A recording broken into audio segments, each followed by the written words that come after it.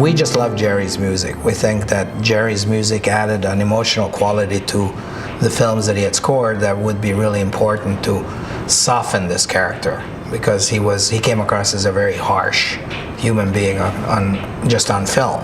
And when Jerry's score gets added to that mix, it becomes a wonderfully emotionally touching story.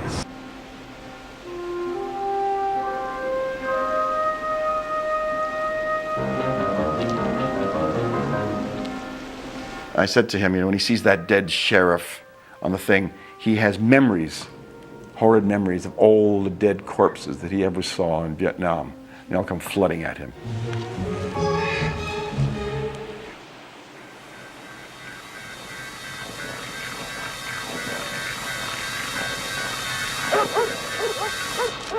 And the music for that moment is absolutely spectacular. In the original book, John Rambo did die because he was at the point of no return. He had been so damaged by all the traumatic experiences that he incurred in Vietnam that he became non-refundable, irredeemable. Rambo! Rambo, don't do it! He knows when Troutman comes into that police station where he's holed up and surrounded by the police and by the military, he knows why Troutman has come there. You've done enough damage! This mission is over, Rambo. Do you understand me? This mission is over! And he says to him, "You've got a gun under your tunic, haven't you?" And Troutman says, "Yes." And he pulls it out. And he says, "You created me. You trained me. Now you kill me."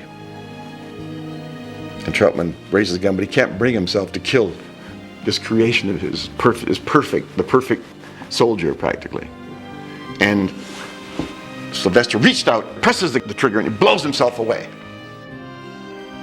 There was quite a lot of controversy internally about how the movie should end. And I remember one famous line from Sly who told me, "Just remember Rocky." "You can't kill Rocky!" I said, "It's not Rocky, it's Rambo." You never kill your hero at the end, or something like that. And we had a test screening in Las Vegas with this ending. And the audience were into it. I mean, we felt immediately we had a success on our hands. You could just tell this kind of visceral reaction to the people. People were all into it. My God, they're all with him all the way. And suddenly, there was a dead silence when he got killed. And a voice said, "If this director is in the audience, he should be strung up to the nearest lamppost." Not the sort of ending that an audience would want to see. I think we were so much on Rambo's side by that time that we didn't want to see him die. We wanted to see him successfully get on with his life. We just ultimately decided that making him live was the right way to go. You're the last of an elite group. Don't end it like this. Back there I can fly a gunship. I can drive a tank.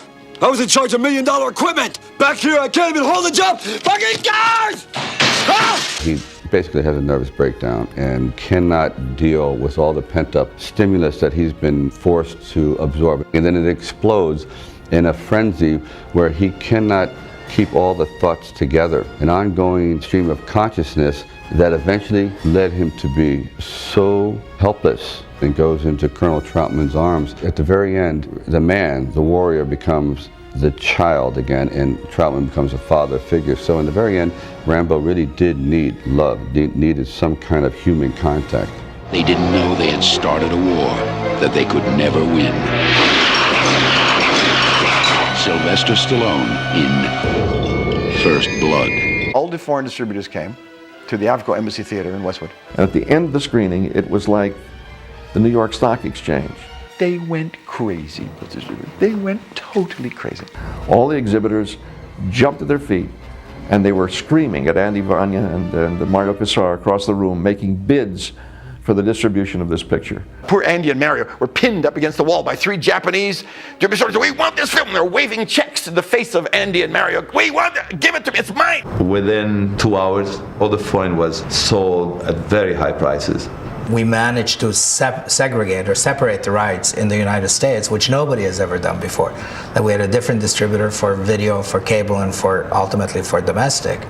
And the two were never cross-collateralized, so we really ended up with a formula that was unique in the business by chance. And consequently, the film made a lot of money for us. Most everyone loves to side with the underdog, as we all loved rooting for Rocky in his screen battles. But now we see a different side to Sylvester Stallone. As John Rambo, he brings out a character as heroic as perhaps someone we've all known in this, his latest film, First Blood. Released, I think, in October. I think it was at that time it was a picture that had the biggest release in October, maybe in history. That's not a month where big pictures are usually released. They're usually saved for the Christmas holidays. I think in those days, I think it's $7 million the first weekend, which was huge. But what was interesting about it is that the next weekend it did 7, and the following weekend it did 7, and the thing never dropped. Gene Siskel and Roger Ebert, when they were together talking about the film and talking about, oh my God, all the destruction of private property, they sounded like the Chamber of Commerce. It was the nature of the film itself. The story appealed to the American public. It came out at the right time. By 1982, I think the American public realized that the Vietnam veterans had been treated very shabbily, and there was a mood of guilt about it. And they felt that the Vietnam veterans were being used as a scapegoat for all their negative feelings about the war. The message was that we shouldn't be so hard on, the bearer of bad news. These people were just doing a job, and I felt that at the very end, the speech that Rambo gives about wanting to come back, that really he's America's child, and I was just doing a job, and now I can't even get a job parking cars back here. What did I do wrong? I was just being patriotic. I went to a cinema in Times Square on Broadway, and I've never seen such a visceral response to the film. They went crazy over this film, yelling, scream, get him out, something. There was the most extraordinary yelling at the screen. I've never seen anything like it. I liked First Blood the most of all of them. It seems that everything that the character achieved and conceived was possible.